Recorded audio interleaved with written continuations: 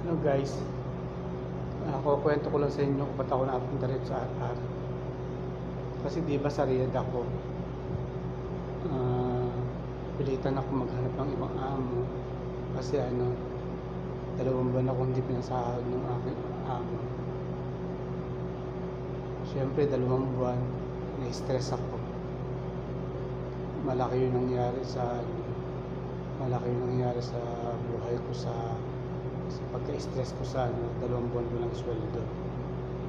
And then yung naging tahimik na lang ako, isip ng isip. Nagsabi ng supervisor ko, ba't daw hindi ako tulad ng dati na madaldal, makikipag-usap. Kaya yun, na-stress ako 2 buwan walang sweldo.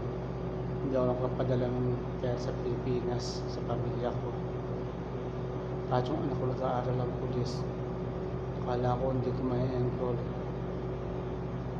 Buti na enroll ko, nagawa ko ng paraan. Kahit late na, nakapasok siya. Yun, sabi ko dun sa supervisor ko, kung di mo rin lang pasweldoin, hanap rin ako ng amo. Sabi na, sige. Yun, hanggang sa humano ako ng abang amo. Yung supervisor ko dati, minessage ko, yung kinuha naman niya ako. Kaya lang, nagtatrabaho na ako. Parang ayaw ng amo ko dun sa supervisor ko dati. Nasabi niya, kung di ako lilipat ng ibang amo, exit niya ako. Kaya ako napilitan naman ako naghanap ng ibang amo. Hanggang sa yun,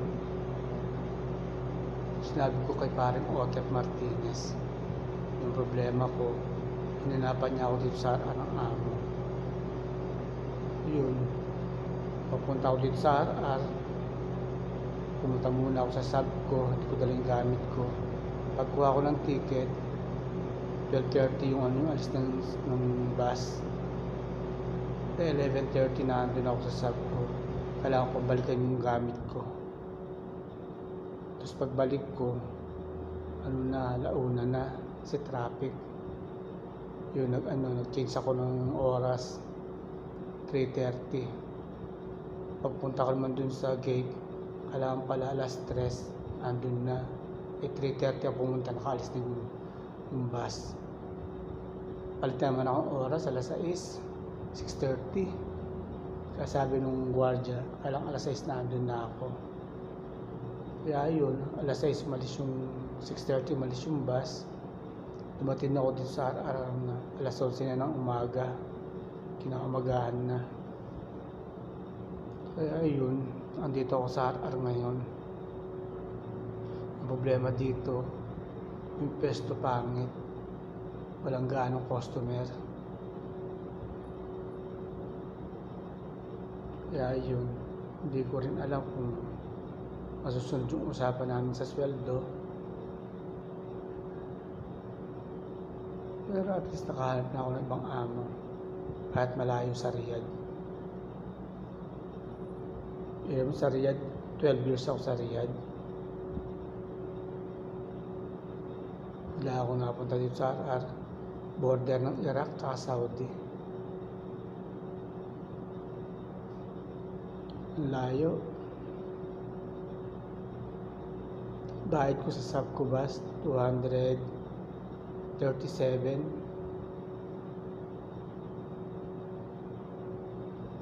Ilang oras yun?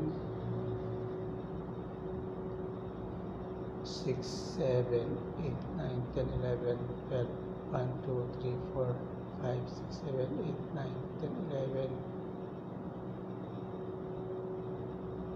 17 hours biyahe.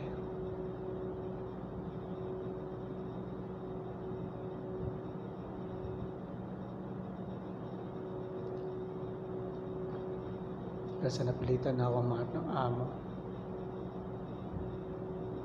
Kasi hindi mo ako pinapasweldo 2 buwan eh.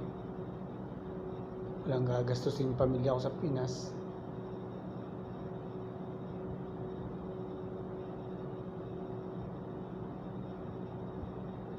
Yung una ko nilapitan, supervisor dati.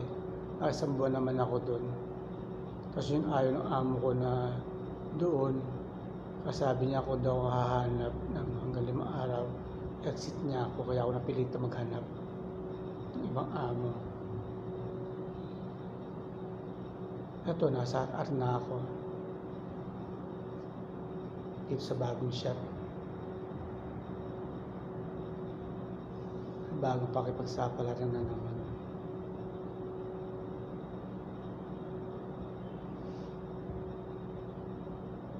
Inshallah, maayos ang ano ko dito sa RR.